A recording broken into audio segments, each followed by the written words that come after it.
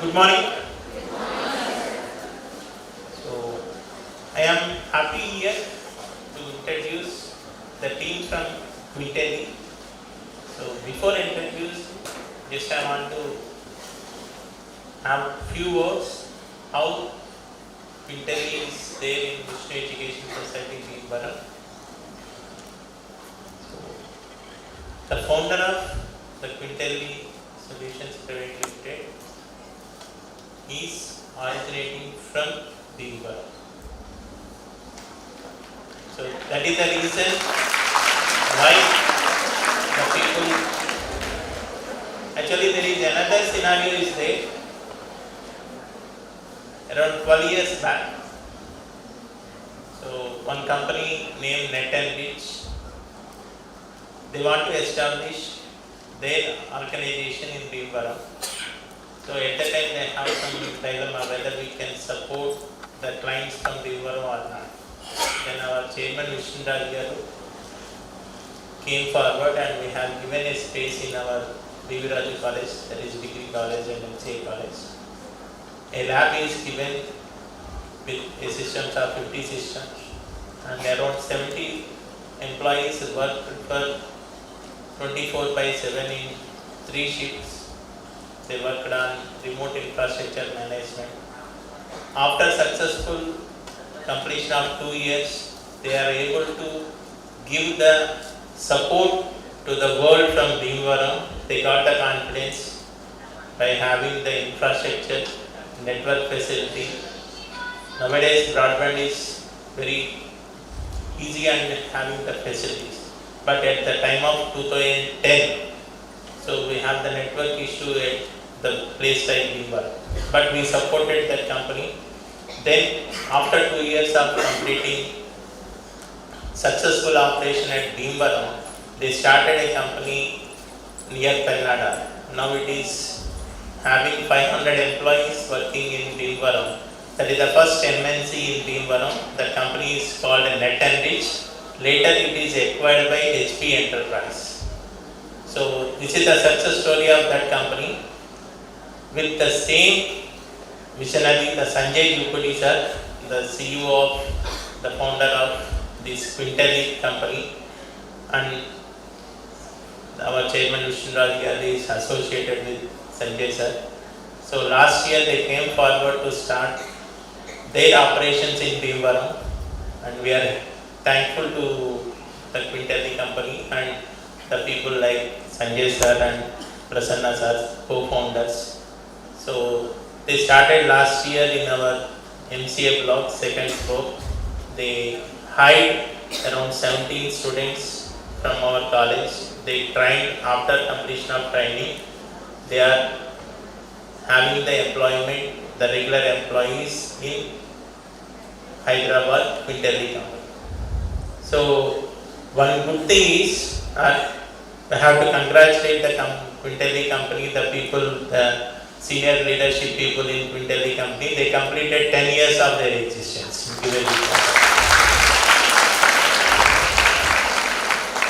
అంతకన్నా ప్రత్యేకం ఏంటంటే last year when they came to our campus, they are around 600 employees. Now they crossed more than 1,000 employees. That shows the growth of that company. Around 1,200, right? So almost more than double, right? So I thank on behalf of Vishnu Education Society, the Sanjay sir, for sending the people like here Anant garu. So he is the Executive Vice President and Global Services Delivery Head Product Engineer. Thank you Anant garu for coming to Bharam. And Jayant Kumar garu, Director HR, and Madhusudan Reddy garu, Senior Manager L&D. Thank you sir. And Harish garu, Manager HR. Thank you Harish garu. So once again we heartily welcome you for our campus sir. And our students are very smart and energetic people. Definitely you can show that in the next 3 days. And I wish you all the best for the students. And I am handovering to our Madhusudan garu. Thank you sir.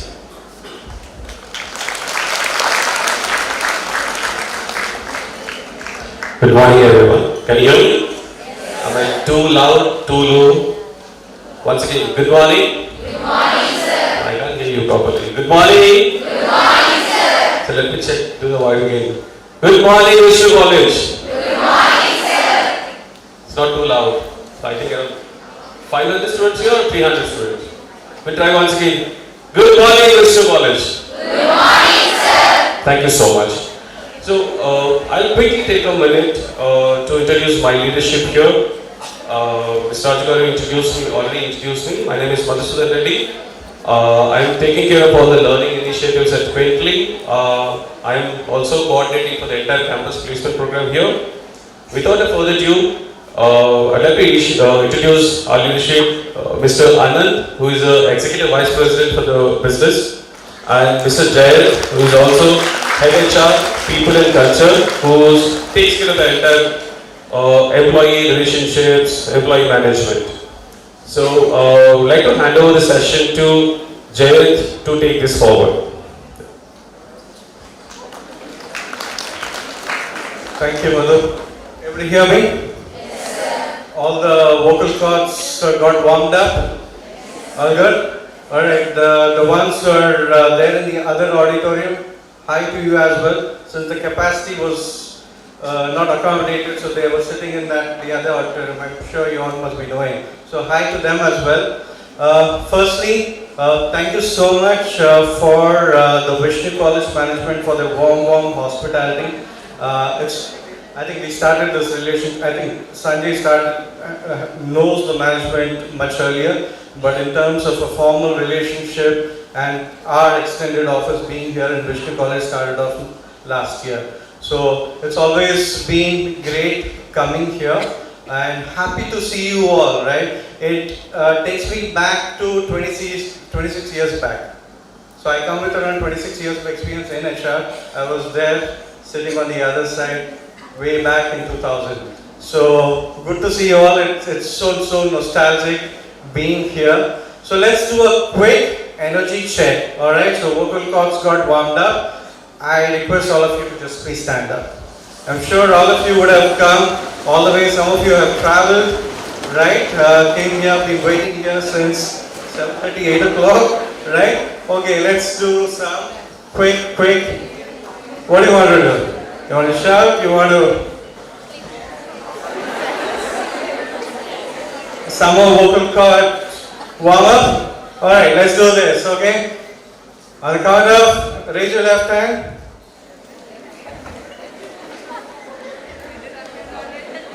Say hi.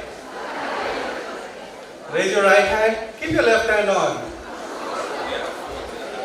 Okay, keep your phones on. I'm sure you're connected to all your WhatsApps, Instas, and Snapchats. Keep it on for 2 minutes, alright?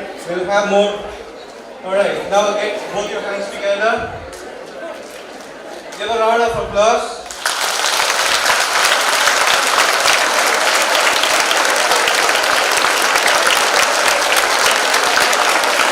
Thank you. This applause is for each one of you, right? So once again, raise your. And I'm sure the ones who are there in the other auditorium, please do that. Even though we're not there, we're watching you. Alright? Again, left, right. Take your hands back. Pat yourself and tell, I'm awesome. Come on, louder. I'm awesome. Right? Once more, louder. Once again, turn to the person next to you. Turn to the person next to you. Whoever are in the corners, you can turn the other side. Say to the person next to you, you are awesome.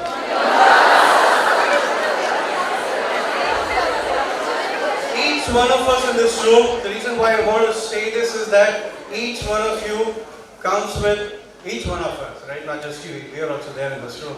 So we all come with some unique strengths, right? And we are all awesome. And I want you to realize that, right? We are all awesome. Say, now I said I, you said. Now all of you on the count of 1, say, we are all awesome. Okay? 1. We are all awesome. So thank you so much. So we'll have another set of activity. It's going to be more interactive. You can please be seated. Now I'll give you work for your mobile phones, which you have been eagerly waiting for, right? So all of you have internet access. All right. All right. Whoever can scan the QR code. If you can't scan the QR code, just go to your browser. Yeah. Go to your browser, either Chrome or and type menti.com, menti.com. If you are unable to scan the QR code, go to menti.com, menti.com. The ones who are sitting in the other auditorium, hope you are able to hear me. Please go to your browser and type menti.com and it will ask for a code. It is 4124 2775. 4124 2775. I'll just give you a minute. Once everyone gets logged in, menti.com, menti.com. And the code is 4124 2775. Quick check, able to log in? Raise your hands. Not too many, so I'll give another 30 seconds. Able to log in? Able to see our first slide about Qentelli's campus to corporate program. Raise your hand if you have logged in. Not many, some more time. Menti.com, menti.com.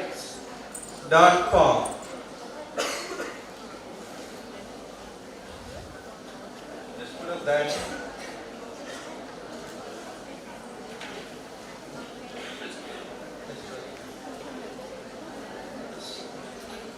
All of you able to see on your mobile phone this first slide which says Qentelli's Campus to Corporate program? Able to? Alright, let's start off doing a just quick check, right?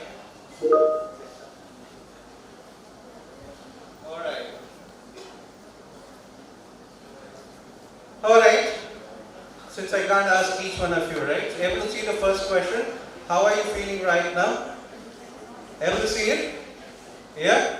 Just quick, awesome, alright. That I already gave a clue. Enthusiastic, alright. Good, great, quite good. Nervous? Alright, don't worry. We are all awesome. Not to feel nervous at all. Enthusiastic, tired. I know some of you would have traveled and been here for morning. Apologies for that. Right? Cool, good, great, quite as good, hungry. Oh, I'm sure. I think we'll make sure we'll end this soon and get on to the next step, have lunch and all. Awesome. Oh, I feel a lot of awesome, excited, good, great, sleepy, boring. Alright, who's that? I don't know. Okay, let's move on. So what describes you best today? Let's see. Super excited for placements? Nervous but hopeful. Okay, just here, let's see what happens. Okay. 6, 7, just see what happens. Alright, oh, there are a lot of them. So some of you are here just for fun? Not serious? Oh, that's a lot. Just here, let's see what happens. 75 of them, 77. Nervous but hopeful. Okay, that's a big number which says. Alright, let's move to the next one. Let's keep it going. Okay, it's on. No. Okay, what time do you feel most productive? Let's see who's the morning person. Oh, and there are a lot of night owls. Alright. Hope you're all studying, waking up late in the night. Right?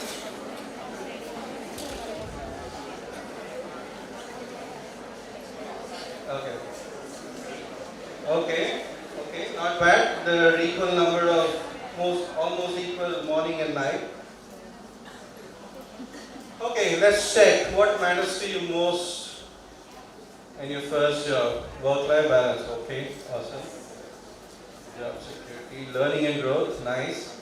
A lot of work for Madhu, who's an L&D professional out here. Learning and growth, oh that's good to see, good to see. I thought always people will come back and say that, hey, I need salary. No, that's no more important, alright. Alright, just doing a quick check in the other auditorium, hope you're able to view the questions and able to hear us. Okay, moving on, the next one. Okay, if you had to choose one, what would you pick? Okay, balance role, study growth.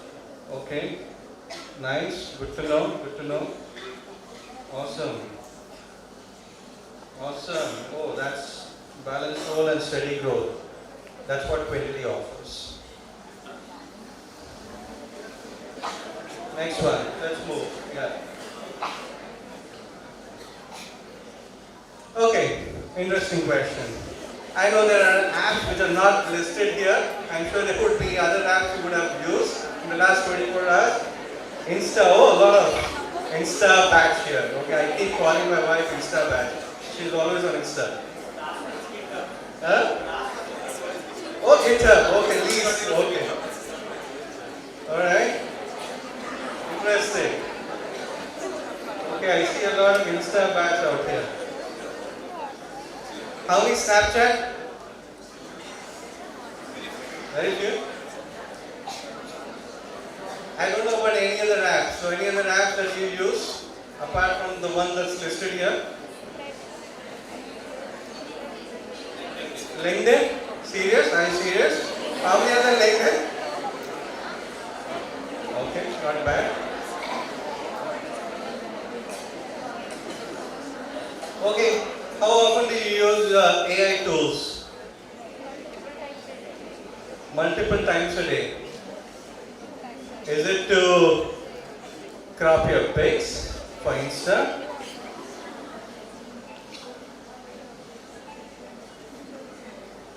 Okay, multiple times a day. So all of you are using AI in one way or the other. Next one. Okay, let's now see specifically what do you use AI mostly for. Serious? Writing debugging? Aisha? Understanding concepts. Before writing an exam, do you use that? Okay, you all use that. Okay, next one. Okay, let's do a quick check in terms of how confident are you using AI tools. Very confident, very good to see. Everyone in sync and aligned and updated with the latest AI tools. Good to know. Awesome. Next one. Okay, just a quick check. We keep hearing this a lot, right? Would AI replace software engineers?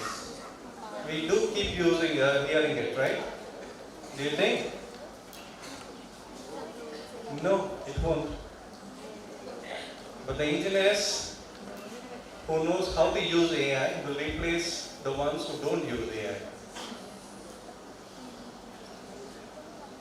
Alright, partially, some roles. Next one. Which area do you think AI will impact your job the most? Being a software engineer. Coding, okay. How many of you use code assist tools? Very few, alright. But you all said coding, okay. Alright, moving on, next one. Quick. Okay, what according to you? How do you describe yourself as a good software engineer? What's the key characteristic if you have to describe it? Dedication and learning. Alright, there's no right or wrong answer, whatever you think, right? So, consistency, discipline, productive, skilled, passion. Awesome. There's no right or wrong answer out here. Growth, balanced life, dedicated. Awesome. Awesome. Alright, so moving on, the last one. Yeah. So one word you want Qentelli team to remember you for. I'm super awesome.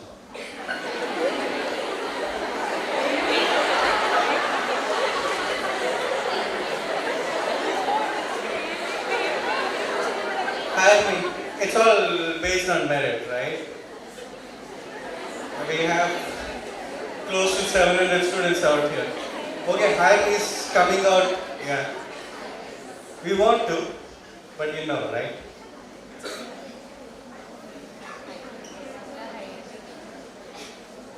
Whether you get hired, whether you get placed or not, we all are awesome. Keep that in mind. With that, awesome. We'll stop this interactivity. We have a shot before I hand it over to Anand. We want to just show you all of you like what you're looking for. You said you want to hire me, right? You already seen the initial video, which is a very old video when we showed it as a filler initially before the start of the session. That was when we celebrated 7 years and a milestone of 1,000 employees. We want to show you the latest corporate video in terms of what we offer, in terms of all of you said work-life balance, balanced work, steady growth and all that. A small video that we put together, the life at Qentelli. So Madhu, you want to play that before we hand it over to Anand? All right.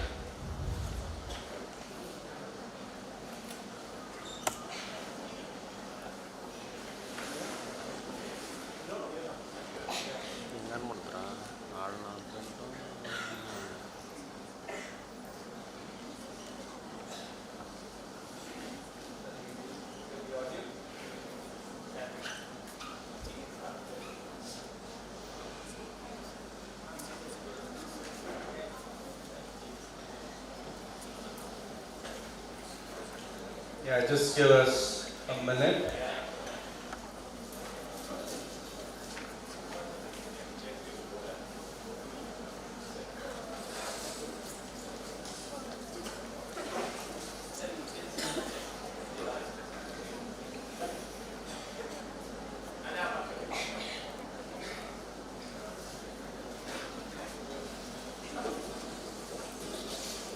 Small technical glitch.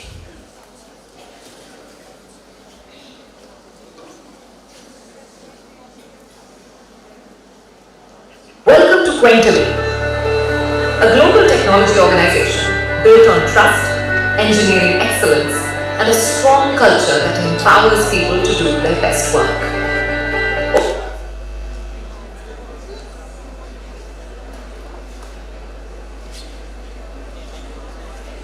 Global technology organization built on trust, engineering excellence, and a strong culture that empowers people to do their best work. Over the years, we've evolved into a reliable partner for enterprises across the world, helping them transform with intelligence, innovation, and impact. Qentelli, culture is more than a workplace vibe. It's the foundation of who we are. A space where collaboration, openness, and learning happen every single day. Qentelli provides a very comfortable environment with the strong support from the colleagues and mentors, which actually helped me to adapt quickly to the corporate life. Openness and collaboration define our everyday working style. Whether it's projects, ideas, or growth, everything is built together. Qentelli's culture is very open, collaborative, and focused on continuous learning. There is a strong sense of belonging, and innovation is encouraged every day. From your first day here, you'll feel the energy of a people-first organization. One that encourages questions, values, ideas, and celebrates every small win. My first impression was that Qentelli is very energetic and people's first organization. Everybody are approachable and work culture is very positive and motivating, and the openness and communication make you feel welcome and confident from day. Teams here work like extended families, guiding, supporting, and lifting each other up. The people at Qentelli are very friendly and supportive. There are always someone ready to help you when you need guidance. The work environment promotes teamwork and gives us space to explore and learn. Mentorship is at the heart of career growth at Qentelli. Leaders invest time, share knowledge, and help shape strong professionals. My mentors have been incredible. They guide me not only in my tasks, but also help me grow professionally. With a decade of innovation, a growing global presence, and multiple industry recognitions, Qentelli stands today as an established technology organization, trusted by leading enterprises worldwide. And as our young talent steps into real-world engineering, every achievement becomes a moment of pride. The most happiest moments was when I successfully completed my task and received appreciation from my mentor and team. It made me feel confident and valued. For students stepping into the industry, Qentelli offers a strong, supportive launch pad for your career. To all my juniors, Qentelli is a great place to start your career. Be confident, keep learning, and we'll love the experience. Because at Qentelli, you don't just join a company, you join a community. Qentelli is a workplace where I learn, grow, and feel truly supported. It feels like a second family. What's one word of advice you'd give to someone joining Qentelli? One word of advice I would say is be open to learning, embrace new challenges, and adapt to Qentelli's culture of innovation. Own your work completely. The freedom and passionate people here would surprise you. How does Qentelli make your Mondays better?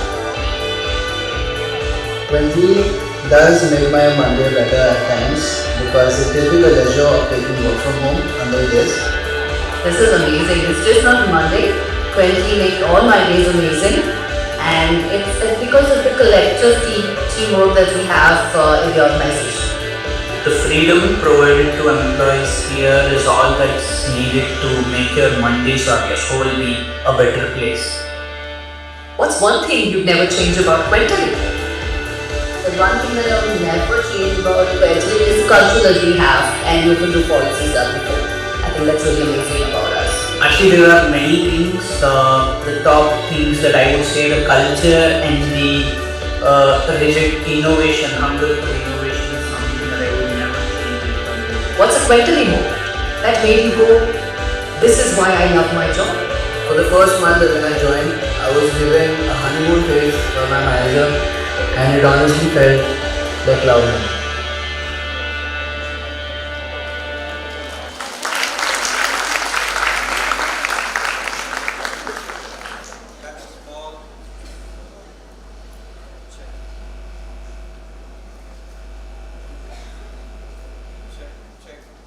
Everybody hear me?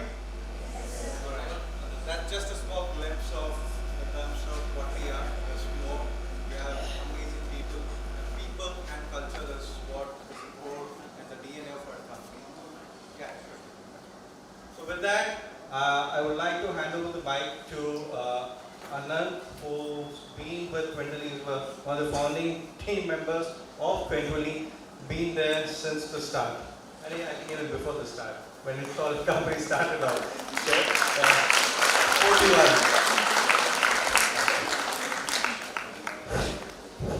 Thank you so much. Yeah, first of all, thanks a lot for taking time and being here today. All your ex-Krishna College people, they sent warm hi to all of you. They're doing great there and they wanted to send heartfelt wishes. And they would like to see more of you come join them and share the life that we have going on there. So here I am delivering their message to you. What do you feel after what you're seeing here, Qentelli, what we have put together over the last 10 years? Any reactions, any thoughts of what your instant feeling is about the company?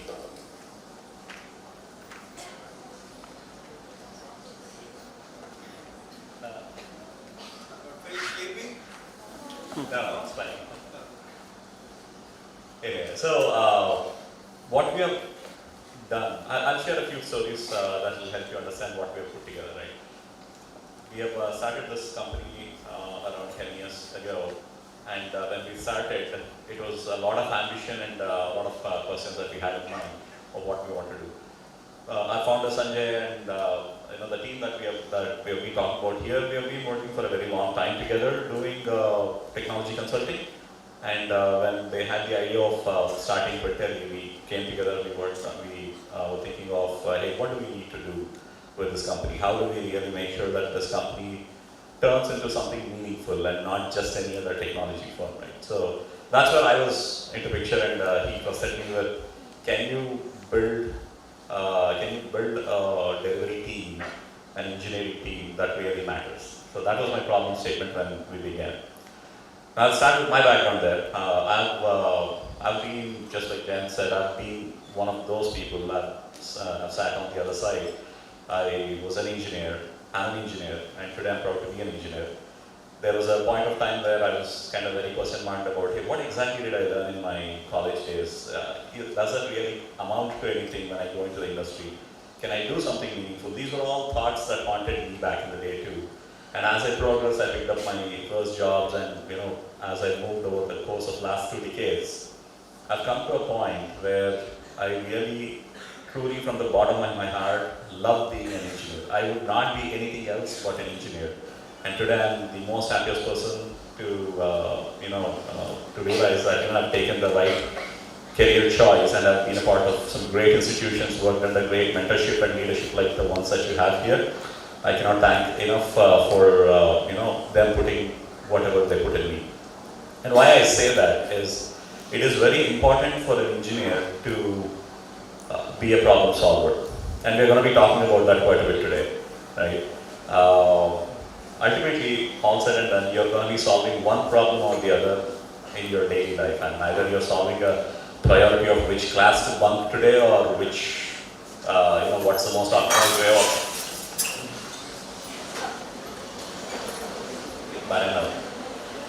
what's the most optimized way of, attending a class, still making it to the first show, then coming back and making it look like you attended the second class. Whatever it is, right? You're solving a problem, basically.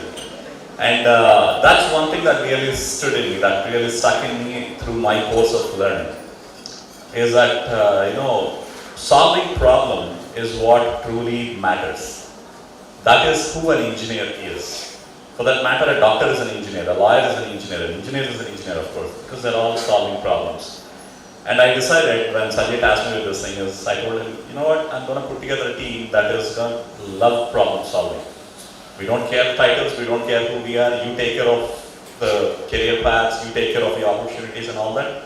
But I'm going to build a team at Qentelli that is going to be loving problem solving, who will wake up and come to the office to solve something. That is who we are. That is the differentiating factor. We have brought that thought process, we have taken that thought process, and we have gone to our customers, and we have been nothing but wildly successful.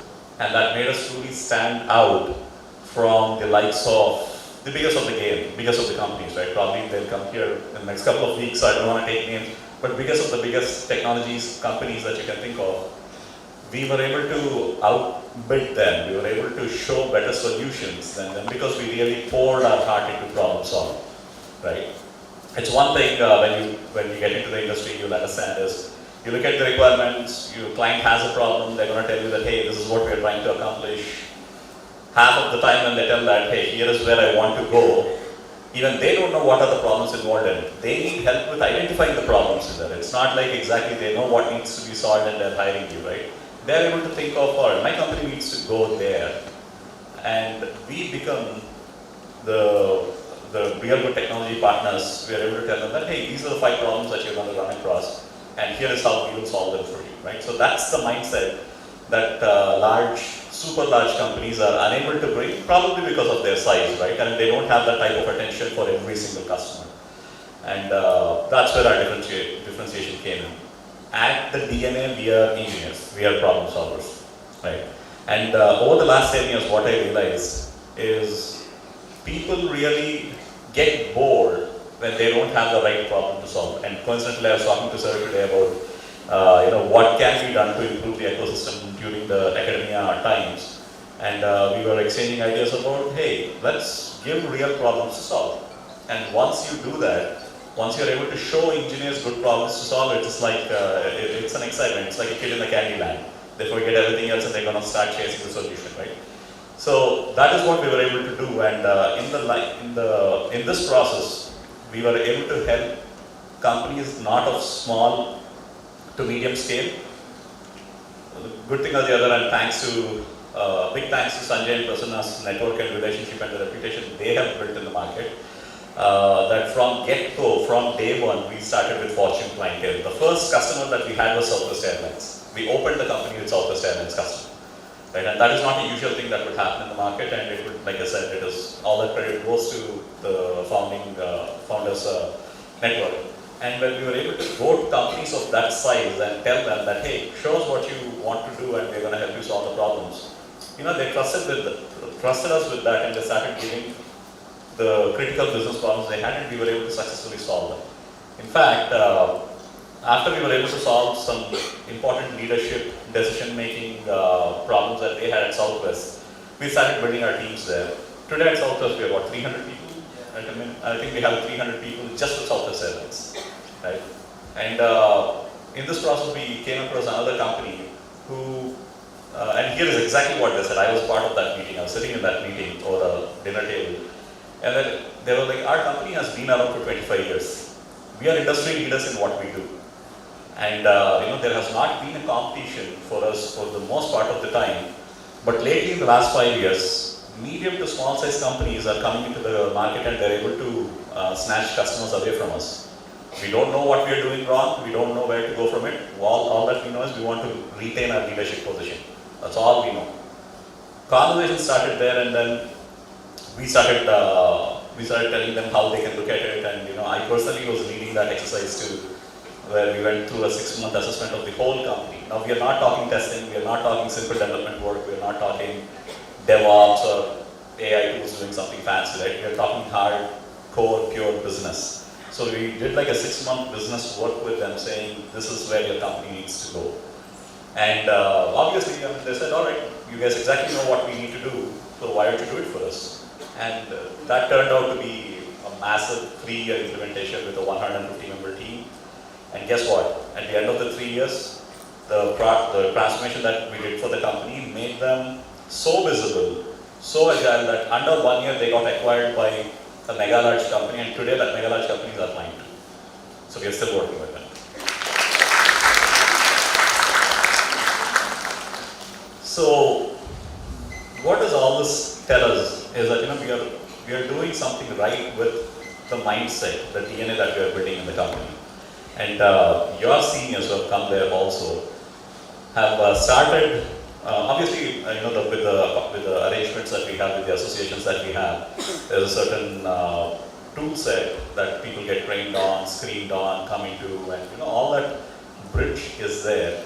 But the opportunities that they get once they're there is that they get to see wide variety of customers who are working on different type of goals that they have, which will distill to a set of new problems that people are working on.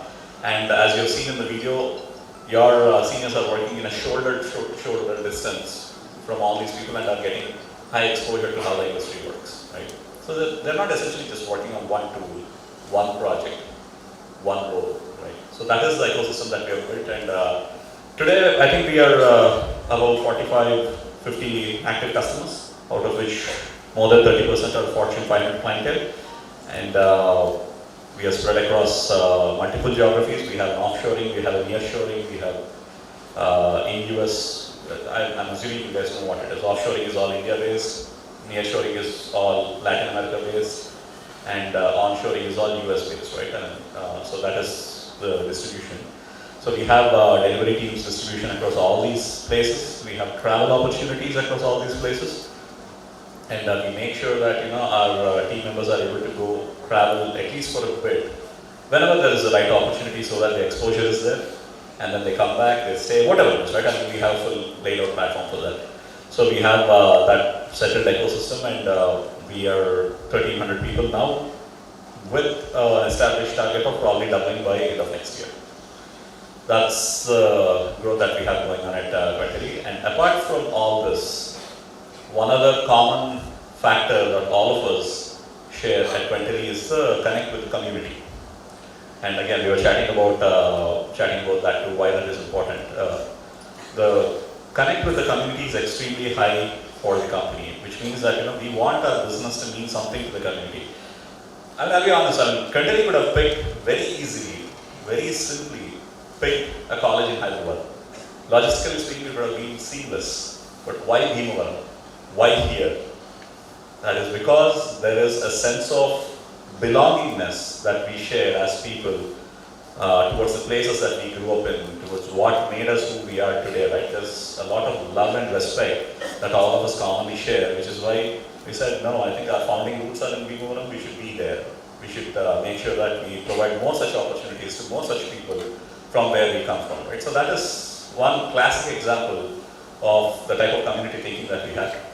Apart from this, as I said, we want to make sure that our business means something to the community, and we support a lot of educational activities in Hyderabad. We adopted a school, we have completely transformed the school from its government state to almost a private-like state, and we are involved in encouraging a lot of skills and arty crafts that are kind of fading away.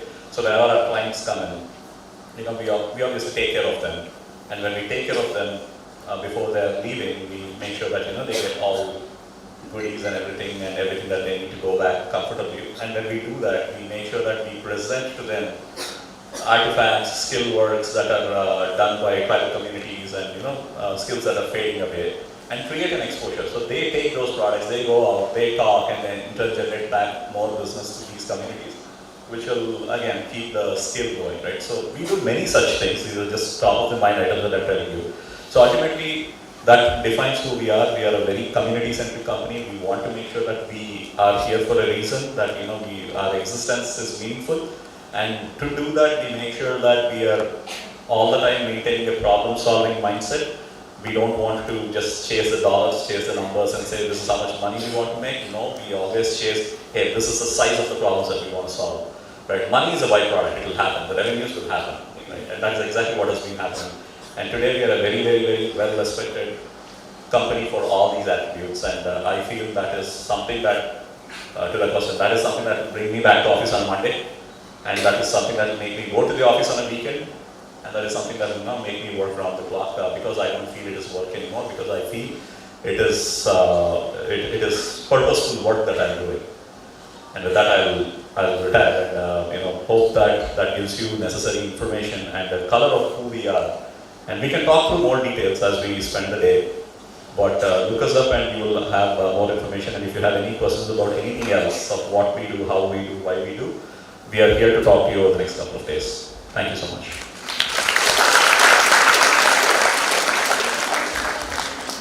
Thank you so much, Anand. So, in the last bit Anand touched upon in terms of giving back to the community. So, apart from the work, the day-to-day work that the Qentelli do, we also give back to the community over and above our day work, right? So, over weekends, the team does as part of our corporate social responsibility. So, we, as Anand mentioned, we adopted a school, a Mandal Parishad school, government school, which was in a very bad shape. Thanks to Sanjay, our founder, we stepped in together as a team. How it started, where it was, and where we are right now. Just we have a small video. Want to show that. Mother, yeah, we can show it. Yeah.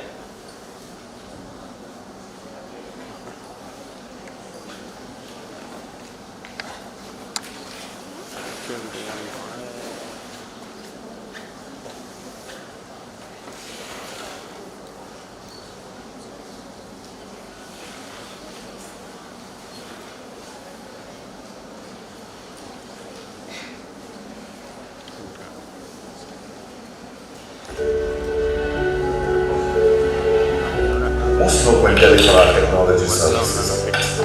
But what truly defines us is the other side of service, the act of giving back. For us, impact is personal. And one of the most meaningful milestones in this journey was adopting a school. A simple act creating a powerful, lasting change. Once this was their school, walls fading, floors cracked, chairs empty, infrastructure crumbling. A place built for dreams, left waiting in silence. At Qentelli, we looked beyond those broken walls, We saw untold stories, futures ready to be rewritten. And that's when we stepped in to spark change that was simple yet transformative. We began by restoring their infrastructure, giving them bright classrooms, steady seating, fresh supplies, and backpacks filled with books. And what we received in return were faces lit up with billion-dollar smiles. The shift was immediate.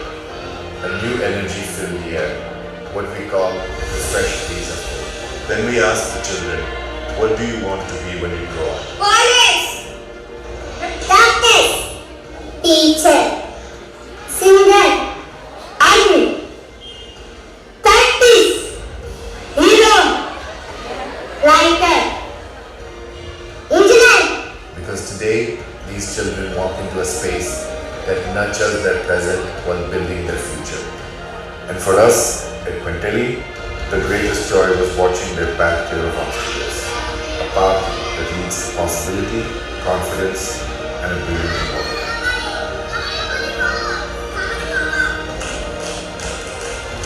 This has been our proudest transformation yet. Qentelli cares, turning compassion into impact, one act at a time.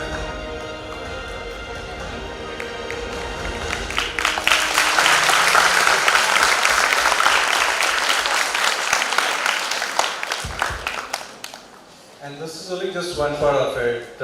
So our Qentellites participate during the weekends, going to the schools, providing, like say, in terms of some classes outside of the work, and also recently as part of our Christmas celebrations, we also did this Joy of Giving initiative. Basically, we had some schools where there were orphan children.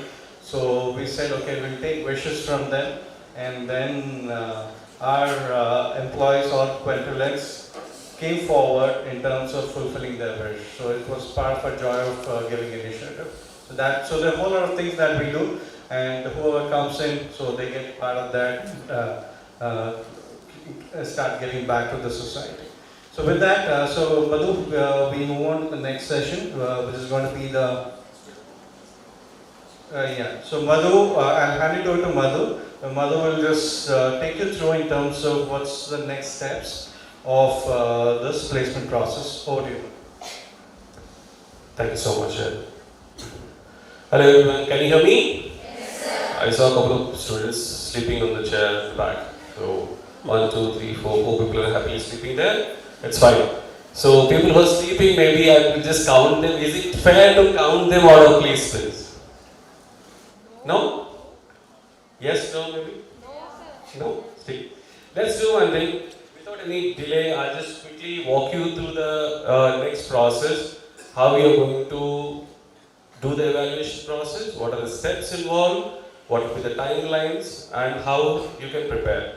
And before I get into the next slide, how many of you are already aware of the process, the complete evaluation process? How many of you are aware? Can I have a hands raised?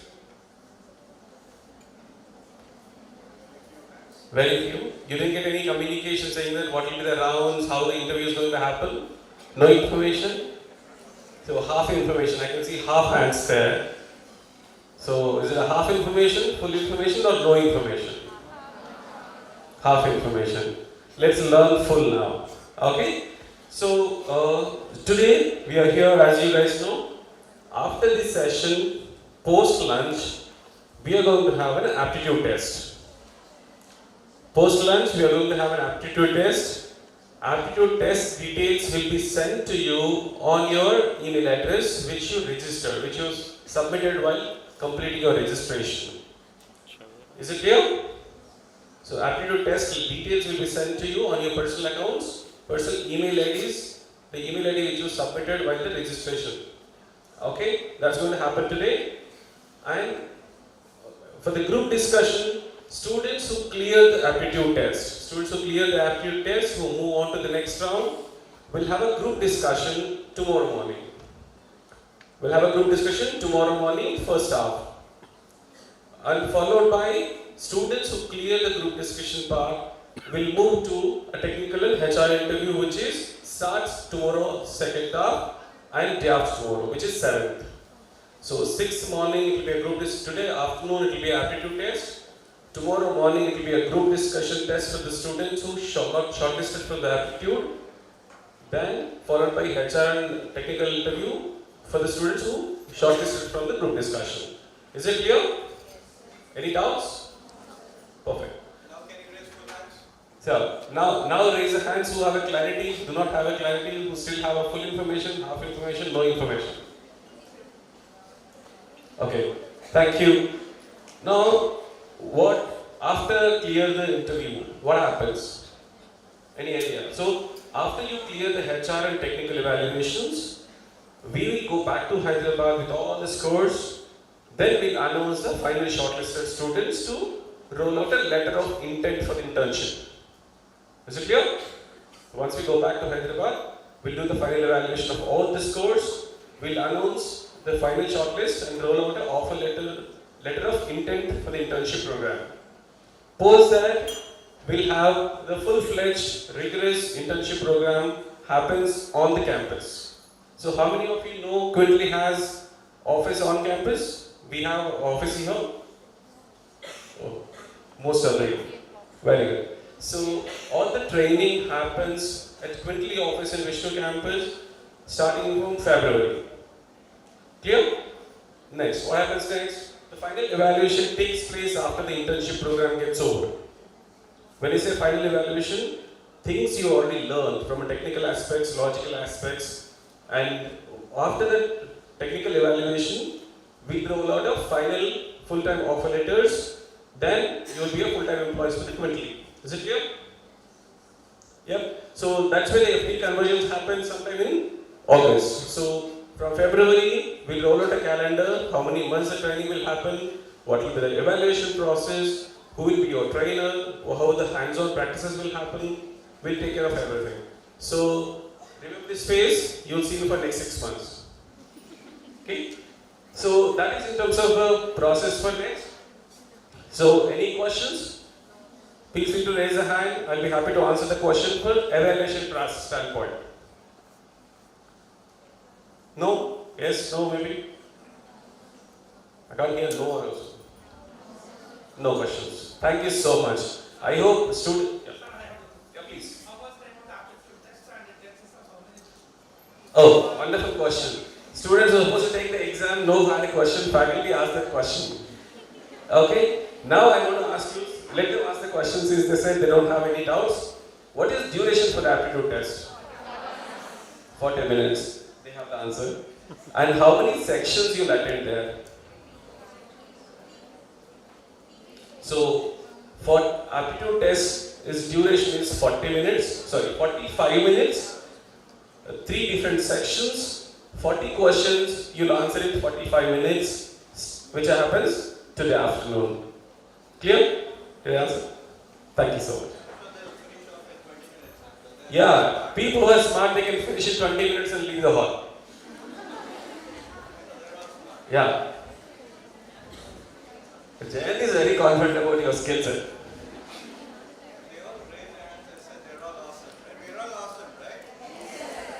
Perfect. Thank you so much. So, with that note, since we have a clarity on the process, we have another small section where you will get to interact to meet or talk to my leadership, and also we have an academic expert also here. Where I introduce panel one after the other. We'll have a quick panel discussion with a question and answer. They'll be able to share the business perspective, HR perspective, and the college and academic perspective as well. It will be a very informative session. Please don't sleep, be active, and just listen carefully. Thank you.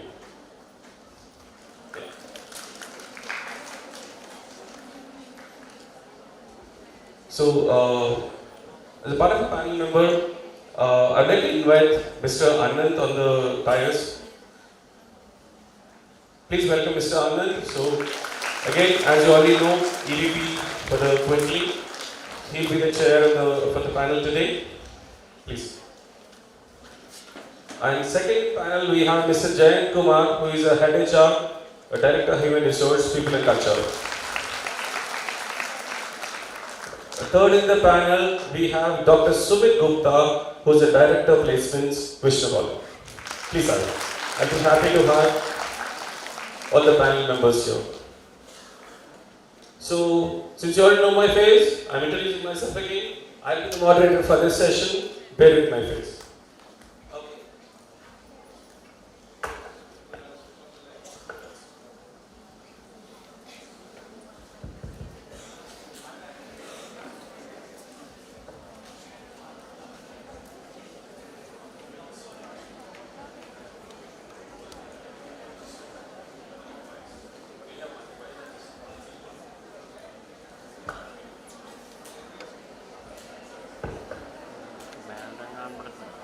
Okay, I think students started talking. I request, it's a humble request to all the students to keep your phone silent and pay attention to the session. There will be a lot of value addition will happen with this session. Okay, so it's request to all the panel members. I have a couple of questions. This for next 2-3 minutes. Yeah.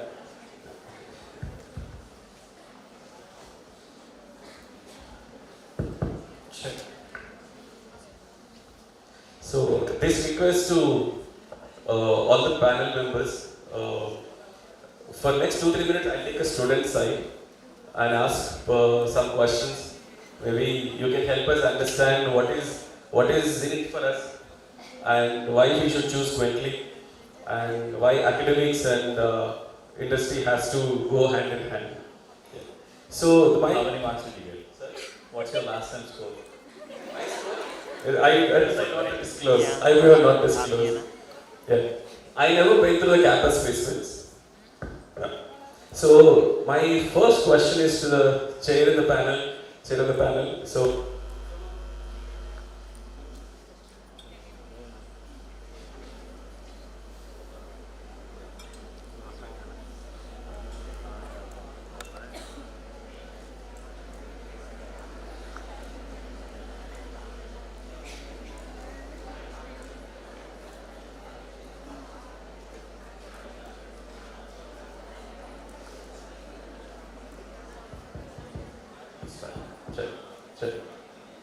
is it audible now?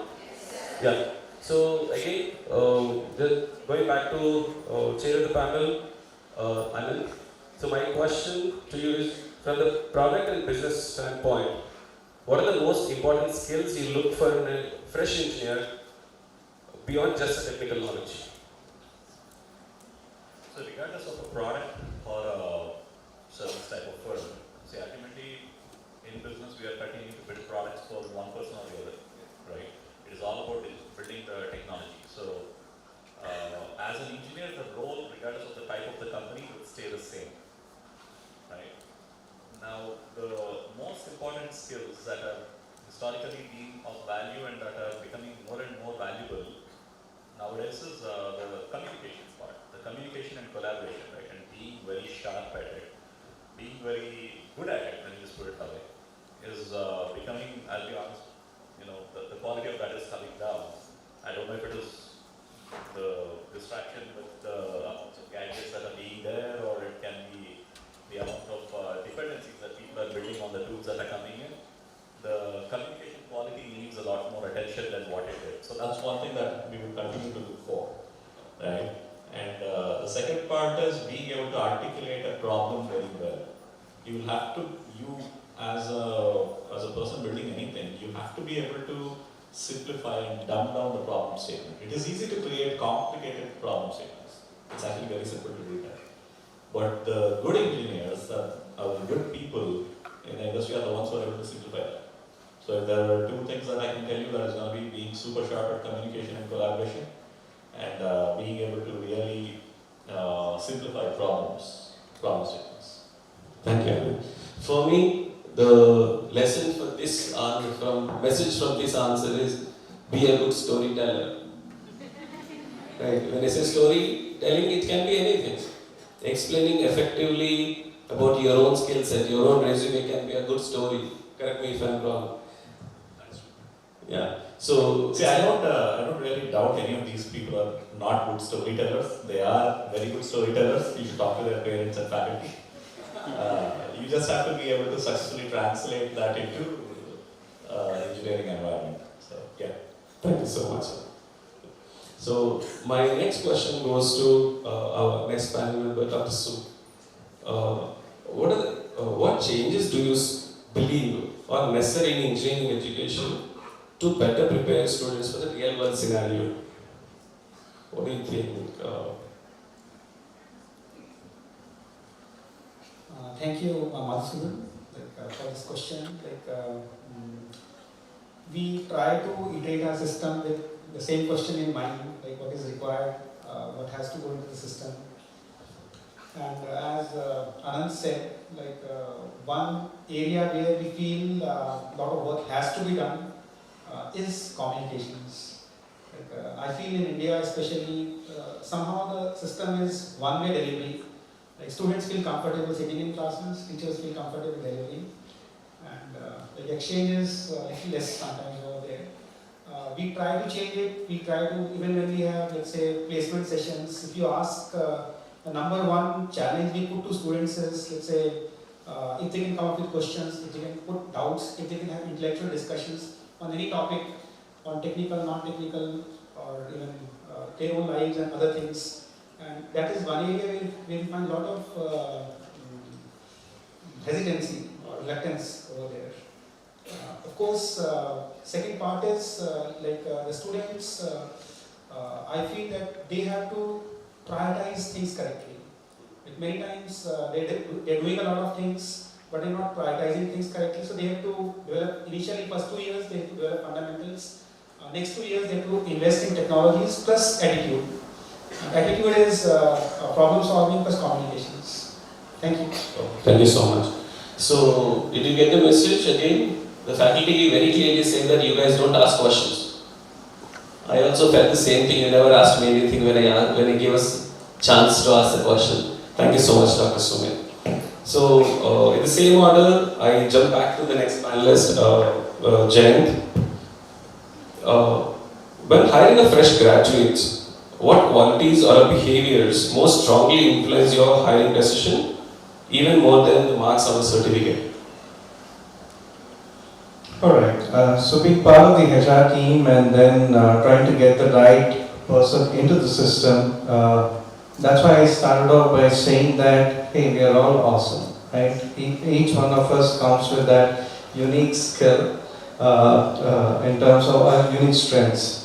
And that needs to be put to good use. The very first thing, and Anand had already answered some part of it, is in terms of how well you communicate. Communication is not just about how well you speak in English. No, that's not the thing. How well you articulate, how well you grasp things in terms of what's been given to you. That communication is one big thing. The other thing is in terms of the confidence level. How well you confidently articulate your thoughts. That's very, very key.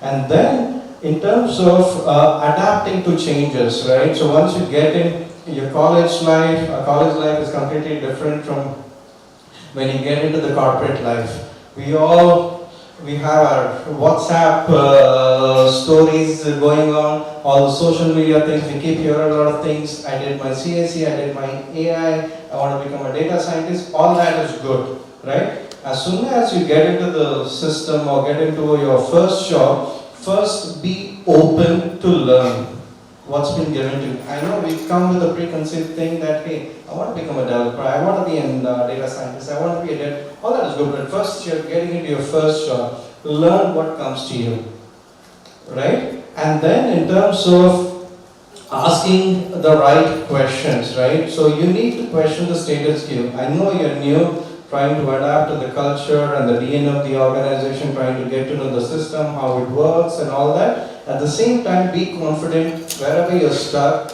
And that's what we keep telling all our new joiners that, hey, we are an open door policy company where feel free to ask. We are okay to fail. We know that you're just starting off your new job. So it's okay to fail initially, but you need to scale fast. And that's what I look at in terms of when we high pressure. It's not just certificates, everything is fine, right? I will not be able to assess in terms of what projects you did, how serious you are. The other big thing is in terms of be honest, and integrity is the key, right?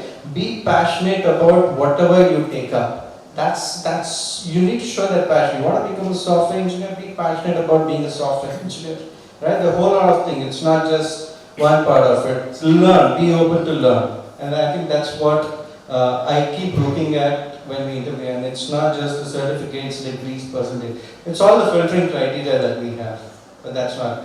Hope that answers me. Yeah. Thank you so much. It's a bang on answer. So, I quickly jump back to Anand again.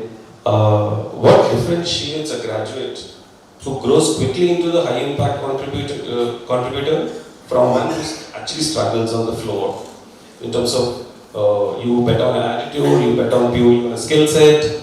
What differentiates from your experience? So high impact contributors have always been people who take the ownership, as simple as that.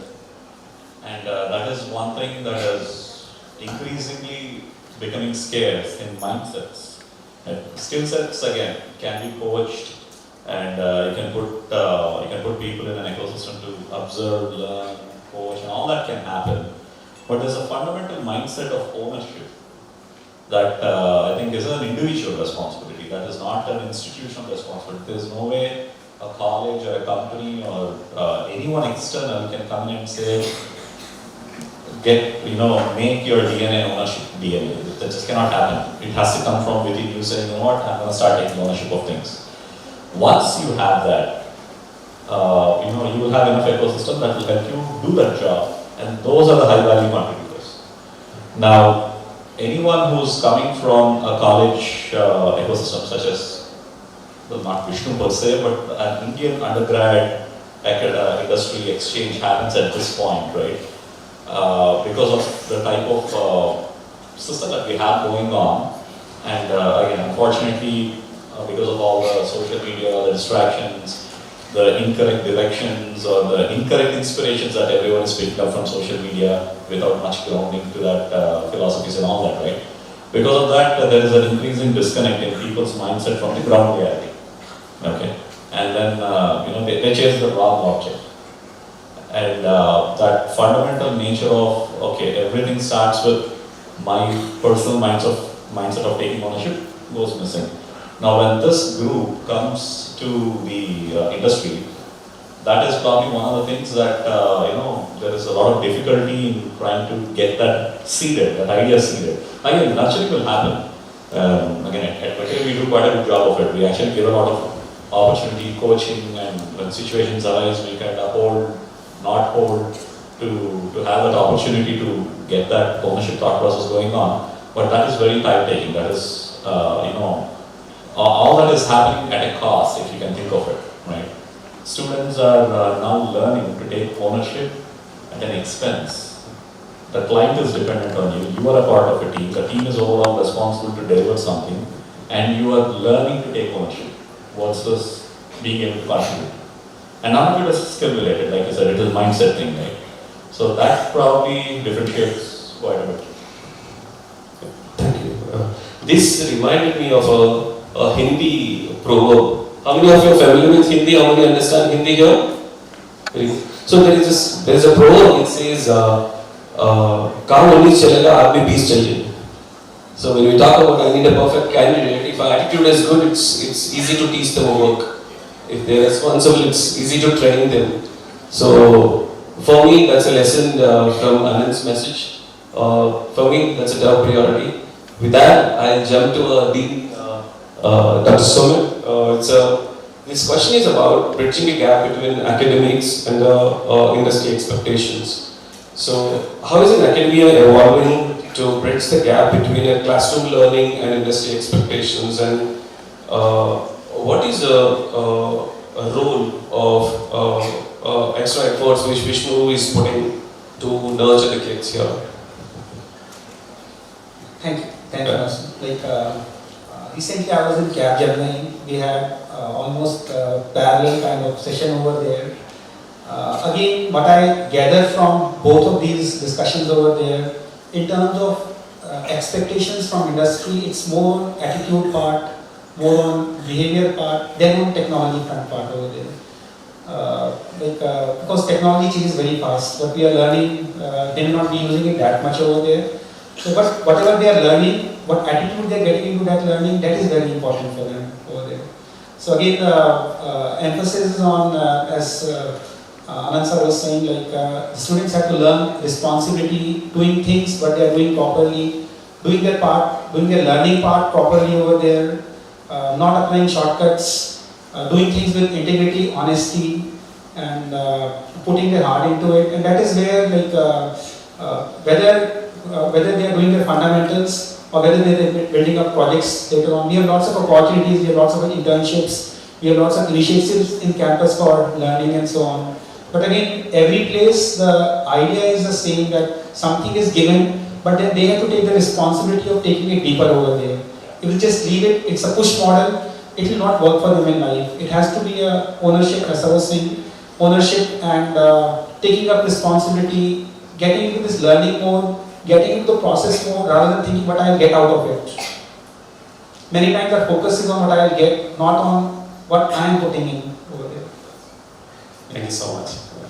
So, any questions from the audience to the panel? Any specific questions you guys want to ask? Because I have one last question to post, Jayan. Post that, we'll take a break from the panel discussion. Any questions from audience? No? That's a concern faculty had. You can raise your hand. Yeah.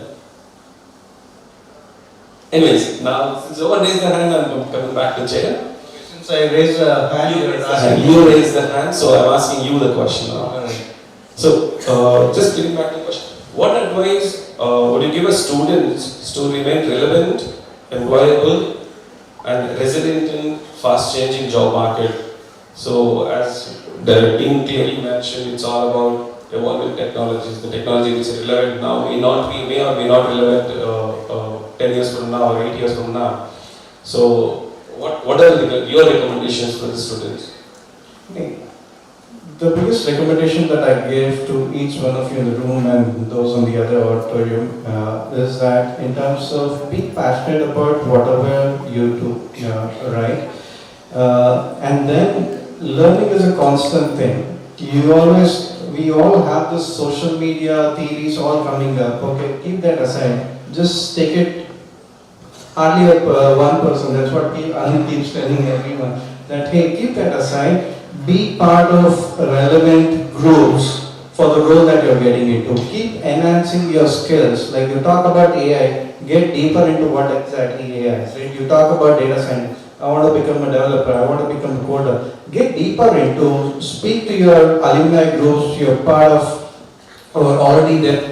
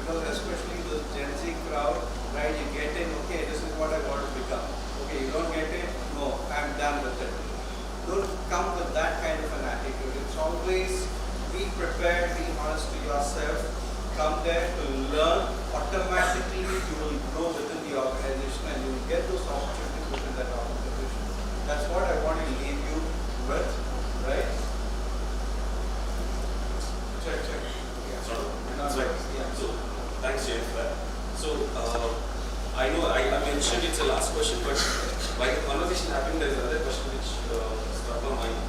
So I pose this question, either I open up for one of the family members or I request someone to answer it. So when we look at this form, so there are students mentioned about AI will replace or complement or the IT professionals may lose the job, may not lose the job. So to help the students on a little better perspective, what is your take in terms of how AI will evolve in the next 2 years rather than they pick up a recent experience?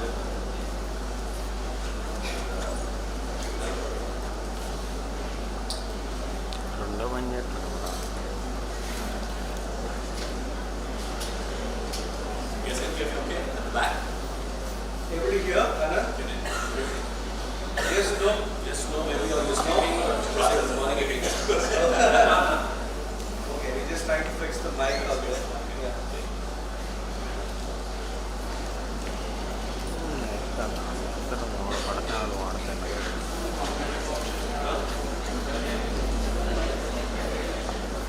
That's okay, we can do the other one.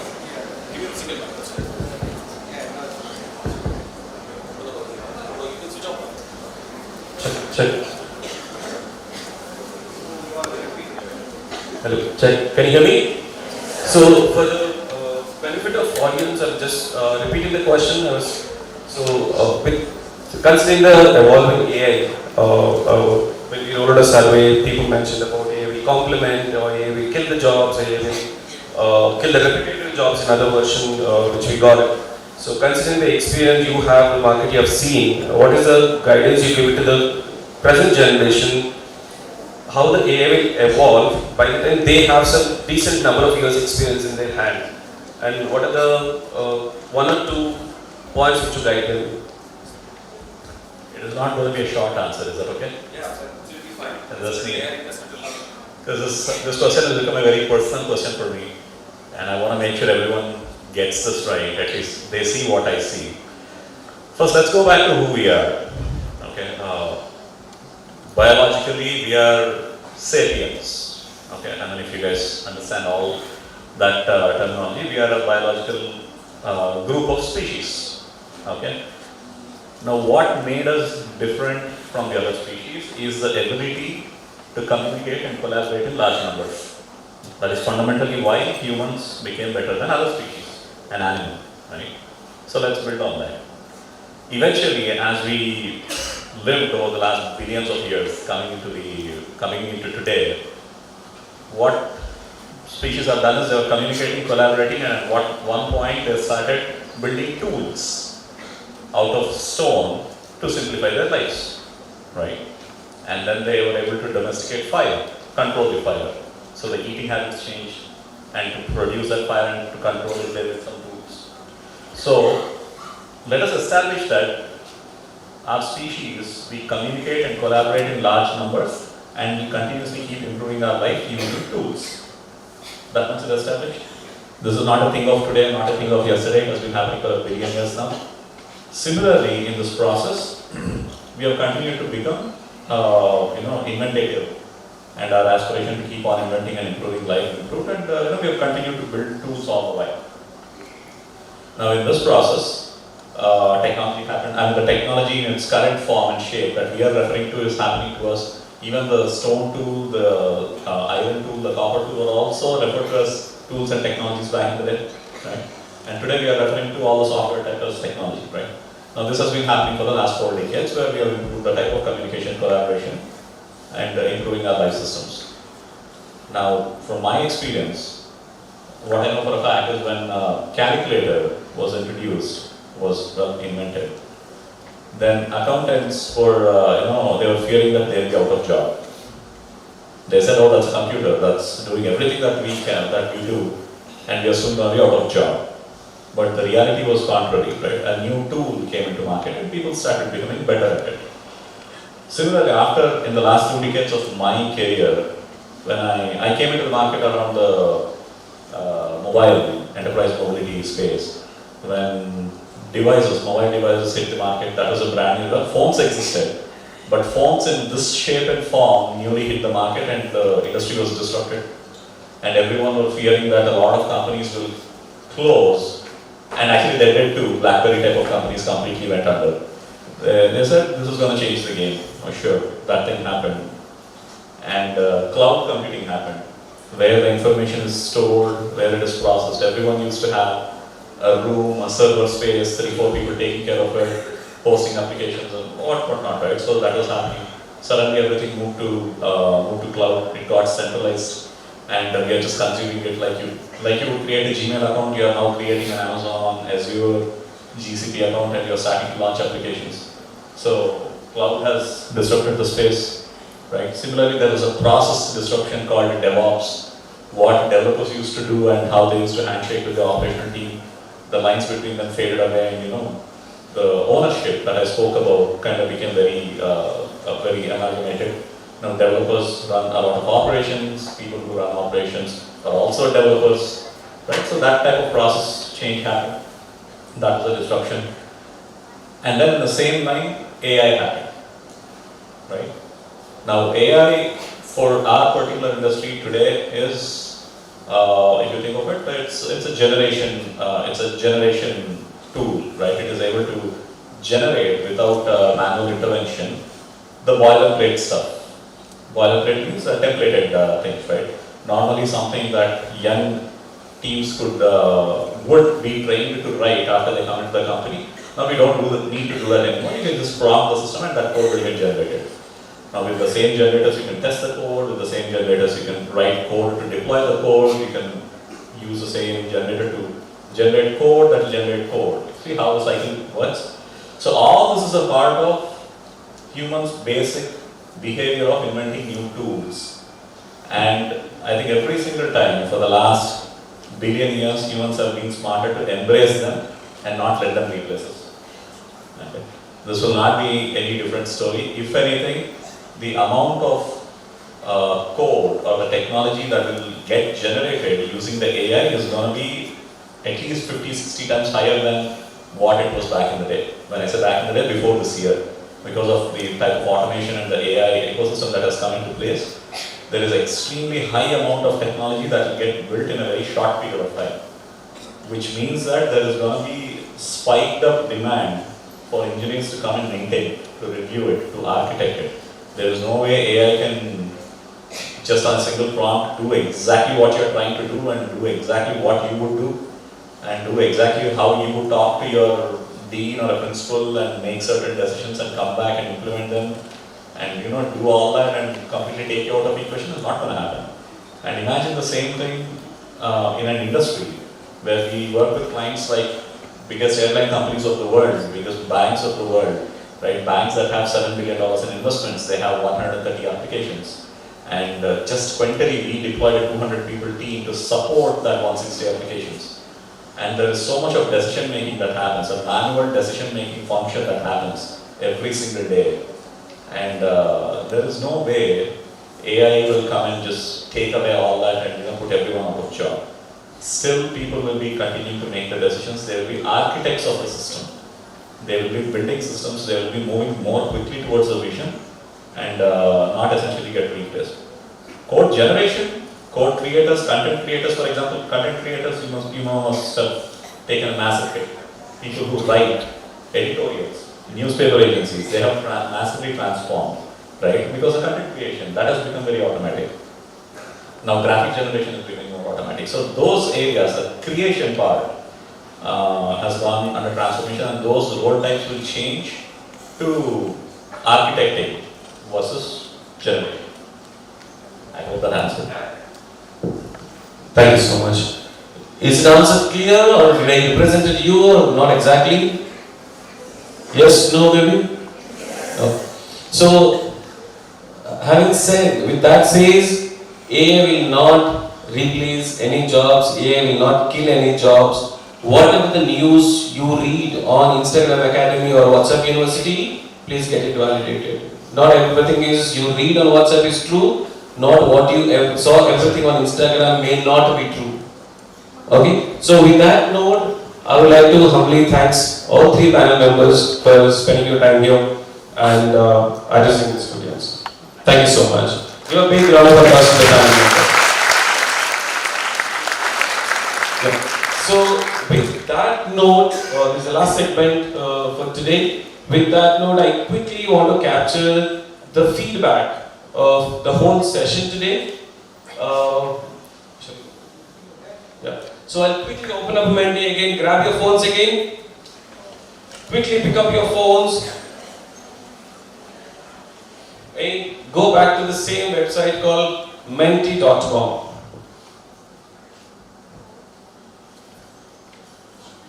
Menti.com.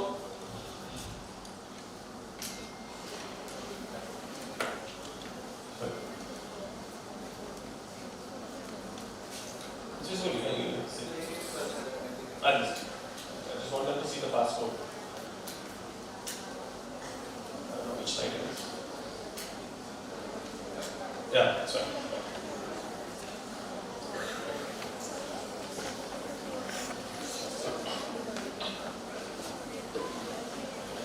I think the page got knocked out. I need your help.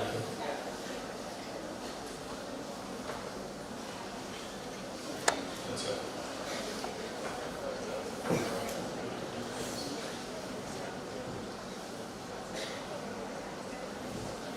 A quick show of hands, how many are able to log in? Menti.com, please enter the code which is shown there. I'll just repeat the code. Code number 41242775.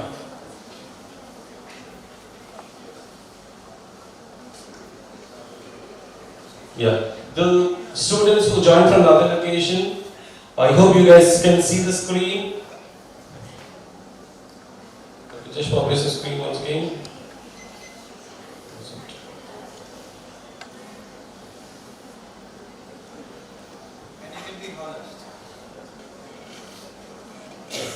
So feedback for today's session was so lovely. A lot of loved it, useful and relevant, it's leading, okay, could be better. The interesting is not what I expected. We have 4 students who very honestly mentioned not what I expected.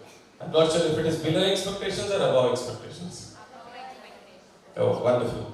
So these are the 4 students who opted for that.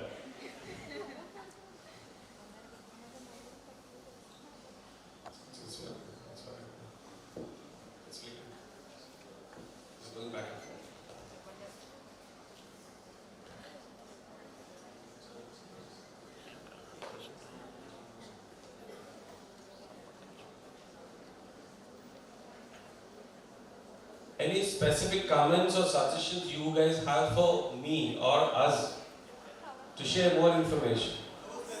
Pawan, great job Pawan, thank you so much.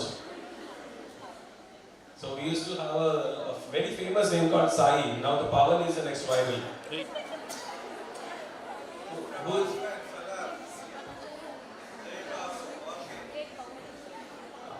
Thank God nobody wrote Jai Balaya, but they wrote Jai Balaya.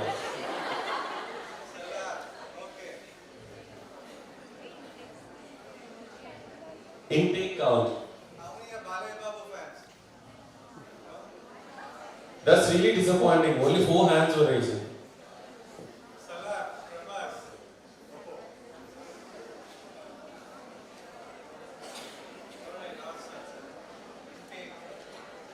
Intake leads it.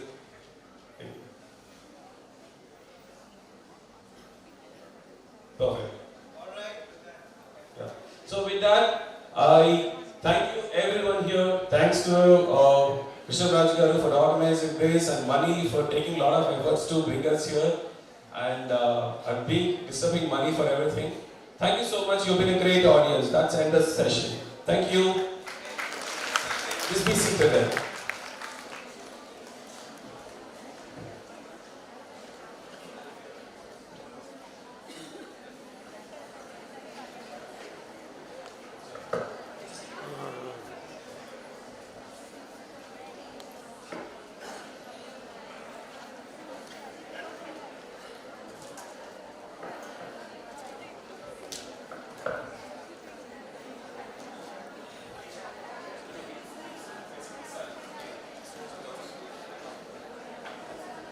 I request all the panel members to come this side. Harish, one group photograph.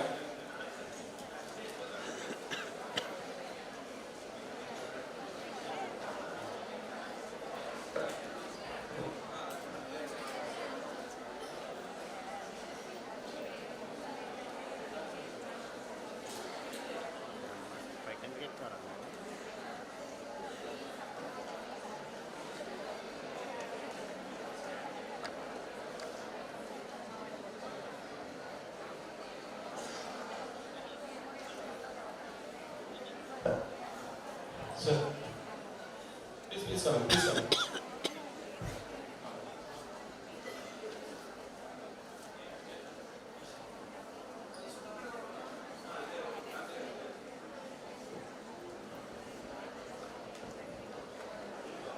Subrahmanyam వెనక్కి వస్తారా?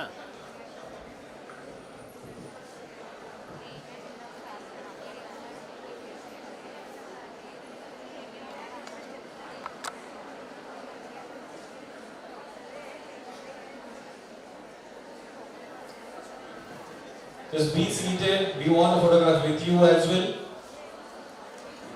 You stay there.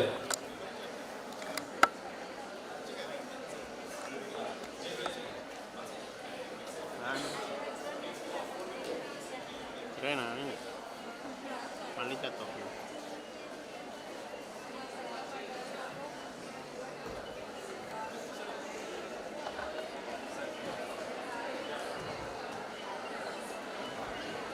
When it say 3, 2, I want you guys to cheer. 3, 2, 1.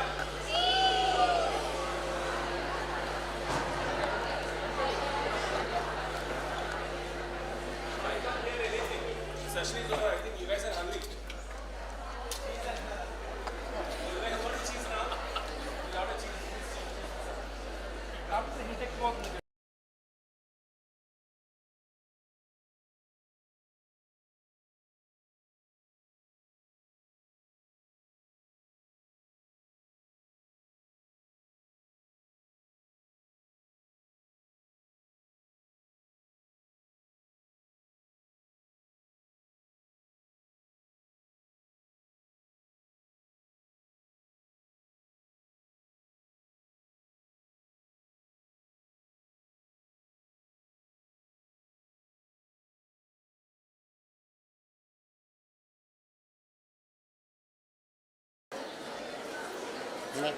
కొద్దిగా stand ఇటు పెట్టరా?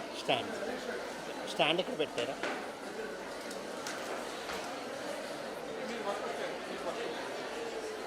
ఆ కుర్చీలు ఎందుకు కదరా? కుర్చీలు తీయించండి, తీయమనండి. చిరాకు ఉంటుంది ఫోటో ఎందుకు?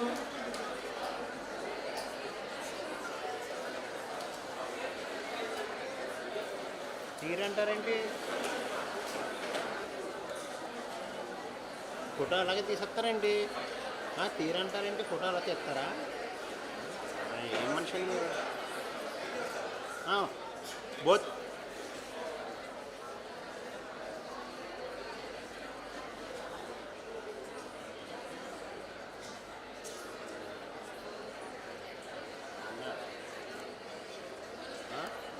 అయిందా? Okay.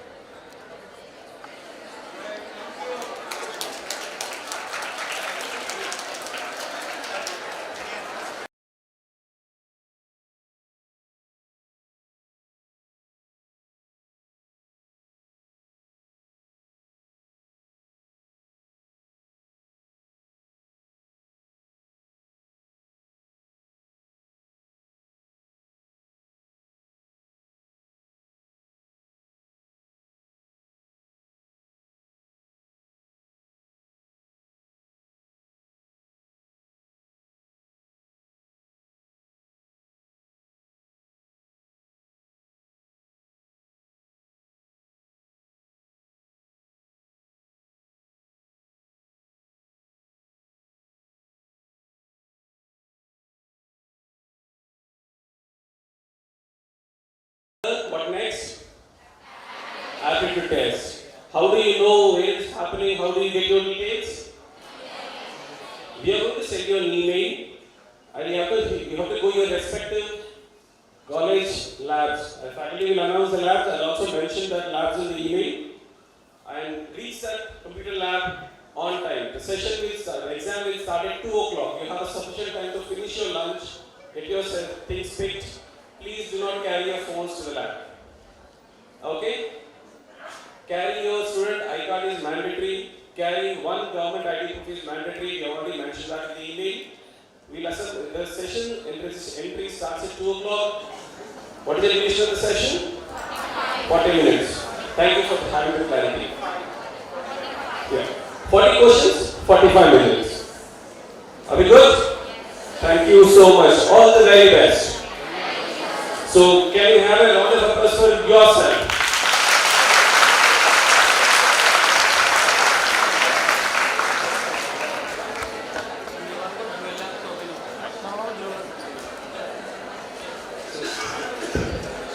You got the clarity about the process and everything.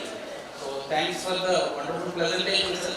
And so now I request that VIT students should gather at C block second floor labs and A block second floor labs.